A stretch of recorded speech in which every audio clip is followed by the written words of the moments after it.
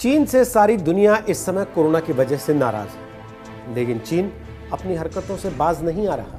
ऐसे वक्त में जब चीन को दुनिया की मदद करनी चाहिए थी, चीनी कंपनियां कोरोना की मार की वजह से दुनिया भर में कमजोर पड़ चुकी कंपनियों को औने पौने दाम में खरीद लेने की साजिश में जुटी हुई। और इसी से बचने के लिए ज्यादातर देशों ने क्या किया कि उन्होंने अपने प्रत्यक्ष विदेशी निवेश यानी कि एफडीआई के नियमों में बदलाव कर दिया। ऐसा ही कुछ भारत ने भी किया, और जब भारत ने ऐसा किया तो ये बात चीन को चुभ गई और चीन ने भारत को धमकी दे डाली कि हम आपको एपीआई नहीं देंगे।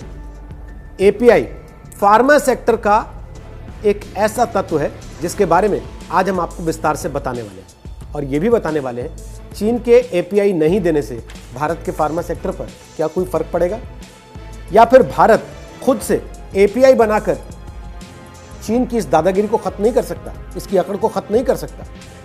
लेकिन उसके लिए आपको सबसे पहले यह जानना पड़ेगा कि आखिर एपीआई होता क्या है। तो एपीआई होता है एक्टिव फार्मास्यूटिकल इंग्रेडिएंट। डब्ल्यूएचओ के मुताबिक किसी भी दवा को बनाने के लिए जिन चीजों की जरूरत होती है, जिन पदार्थों की जरूरत होती है, उसे एपीआई कहा जाता है। असल में एपीआई किसी भी दवा को बनाने का आधार होता है। जैसे क्रोसिन की दवा के लिए एपीआई है पैरासीटामोल।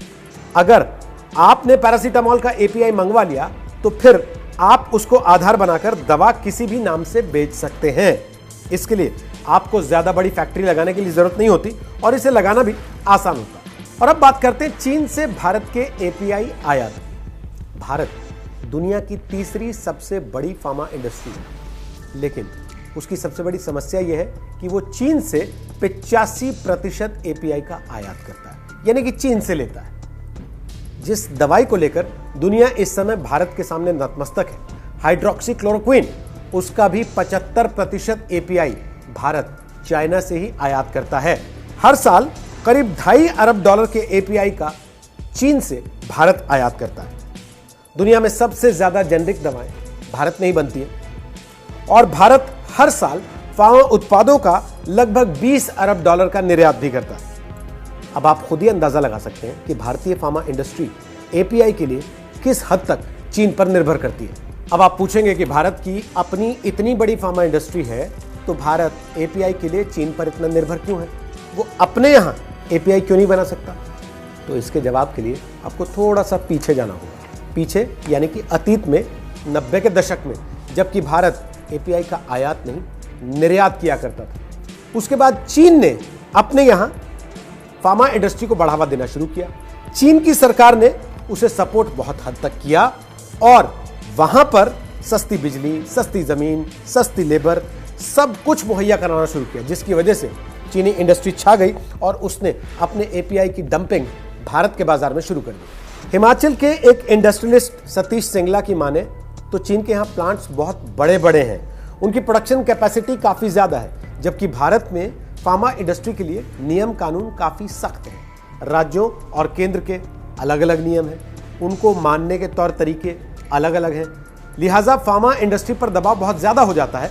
इसलिए वो चीन से एपीआई का आयात कर लेना बेहतर और मुनासिब समझते हैं।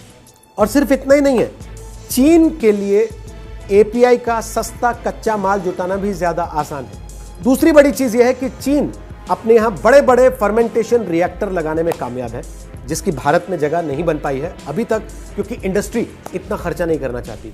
और उससे भी बड़ी बात यह कि भारतीय दवा उद्योग वो रिसर्च एंड डेवलपमेंट पर बहुत ज्यादा पैसा नहीं लगाना चाहता। तो क्या भारत कभी भी एपीआई के लिए चीन पर अपनी निर्भरता खत्म कर पाएगा?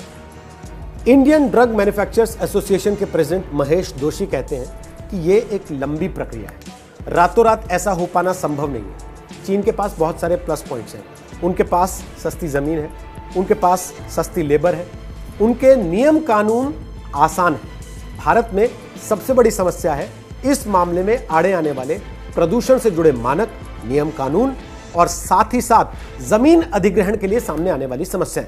और आखिर में बात करते हैं चीन की धमकी की कि क्या वाकई चीन एपीआई का निर्यात करना बंद कर देगा? जानकार मानते हैं कि यह केवल गीदड़ भभकी है जो कि चीनी मीडिया इस समय फैलाने की कोशिश कर रहा है। जैसे भारत की जरूरत चीन से एपीआई आयात करने की है, चीन की भी जरूरत इतने बड़े बाजार की है जहां वो अपने एपीआई को खपा सके। इसलिए फिलहाल कम से कम चीन की ये बातें कोरी धमकियां लगती हैं और कुछ नहीं। निकट भविष्य में कम से कम ऐसा नहीं लगता कि चीन एपीआई का निर्यात भारत को बंद कर सके।